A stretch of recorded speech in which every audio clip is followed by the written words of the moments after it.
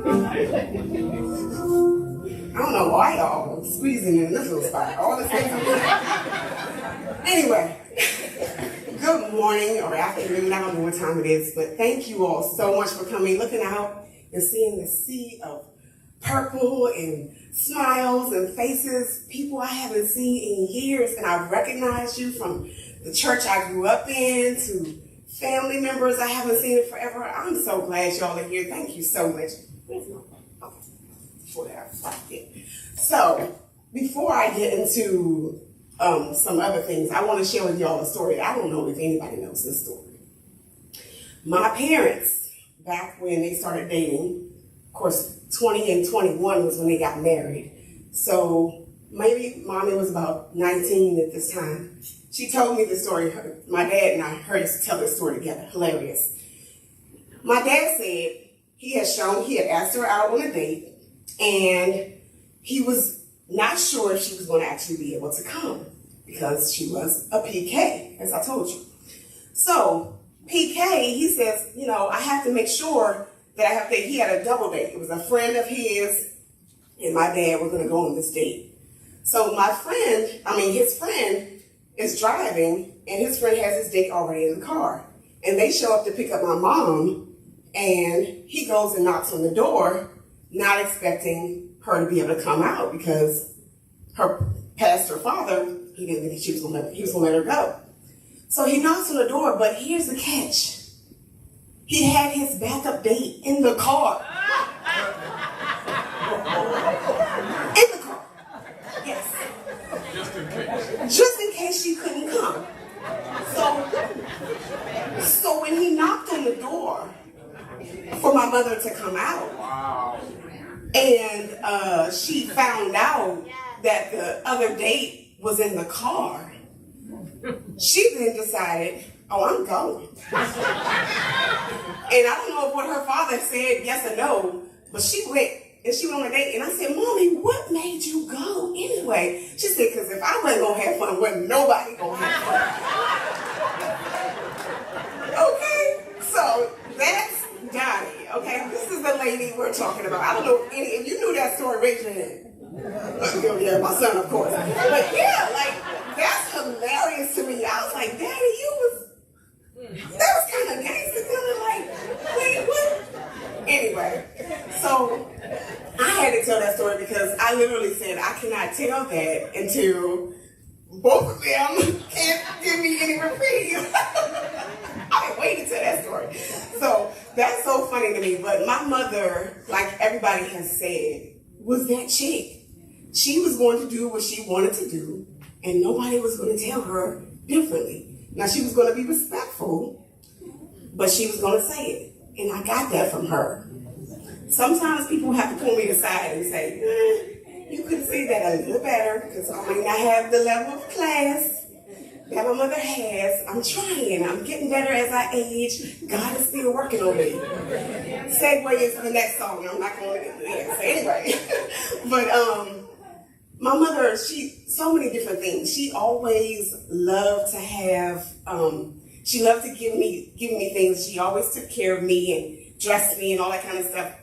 Well, she always had a card that she would give me. And the card always had some little, girl in front, but it was like some little white girl or something. Mommy would take that brown crayon and color that little girl on the card, because she was never going to give me a card with a little white girl on it.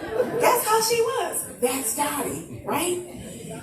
Other things. She was an artist, so she didn't just color faces, but she also would draw things for my different projects at school. Anything I needed something, she would just draw it, like the solar system, or I needed a stage, and she drew a whole stage, and we used my toys and set up a stage. She just did stuff, and she did stuff for herself too. And I have this right here. Now, the Paradise Course members, y'all raise your hand back there.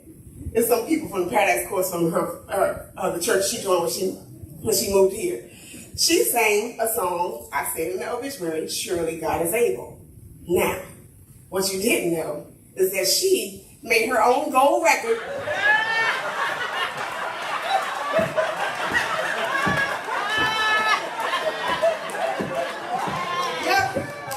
She made her own gold record.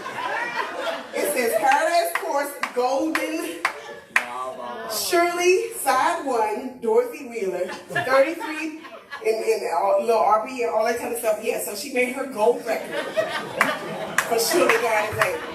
Because she knew that was her song and that was her signature song. That's Dottie. So I'm standing up here and I'm able to tell you all of these things with all of this joy because when I did so many things. I told my mom, I said, do you realize that everything I do, I think about you? Like there's no decision I make. This was after I started taking care of her when my dad passed away. There's no decision that I make without you in mind. I need you to understand that because we had gotten to a point where we were like butting heads and it was a little bit of friction. And you know, she had baby girl energy and I had only girl energy. So you can only imagine. So that in the same house, after all those years, me being grown and having a son of my own, those things would cause a little problem. So last year, this time, I probably wouldn't be able to stand here before you with this smile because I was like, oh, we're not in a good place. I had to figure out how to get us back to what we were because I grew up like this with her. I said, God, it can't end like this. I got to figure out something. So even though I didn't really want to take her to live somewhere else, it had to be done. And it is what brought me to a place of healing and forgiveness. I talk about forgiveness all the time, but what I didn't realize until I had to have her live somewhere else is that I was a little bit angry with her for how things were when my dad was sick.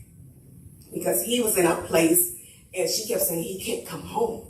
He can't come home. I can't do it. And I was like, he's your husband. Like, what do you mean he can't come home? That doesn't make sense. And I was judging her. And I had to repent.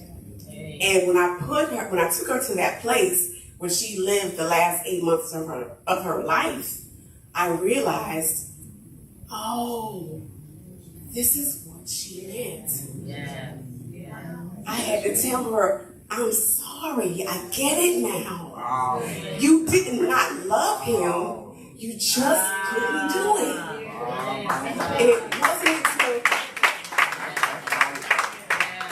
And it wasn't until I got to that, till I did that, where it all clicked. And like from that moment on, I was on, okay, we got to do all the things. Like, I'm going to come get you. We're going to take, every doctor's appointment became an adventure. It was like, we're going to go out to eat. We're going to go shopping. Not just the doctor's office. It's always going to be a thing. And it was, I loved, I would see her. And I say, when I leave, I say, okay, give me a kiss. Okay. And I kiss her on her forehead. That was how it got. And I'm so grateful because I didn't know what this year was going to bring. Yeah. But I came into 2024 and I told God, I don't care what 2025 brings to my way. I'm going to do the back float. Yeah. And I'm going to share a story. My girl Pam, who just left from up here, taught me last year how to back float. I can swim. I never swam for a long time, but I could not do the back float. And she said, listen, you're trying too hard. Relax. So every time she tried to hold me up, she let me go, my legs start sinking. She'd hold me up, she let me go, the middle started sinking. Yeah. So I'm like, what is going on? She said, just relax. And then finally, I thought I had it, and she said, one more thing. Your head is facing the wrong way. You have to look up. And I said, oh, way later, that preached to me. I said, so all the time, whenever stress comes my way, I'm going to relax and lie back and look up. So that's why I'm standing here today with a smile on my face, because I did every single thing God told me to do for that woman. I loved her. She loved me. I am not sad. I am so happy for her. Like she came here and she did her thing. And I can't be mad at her. I asked her when she was in the hospital. She was in the hospital last 4 days of her life. I said, tell me what we're doing, okay?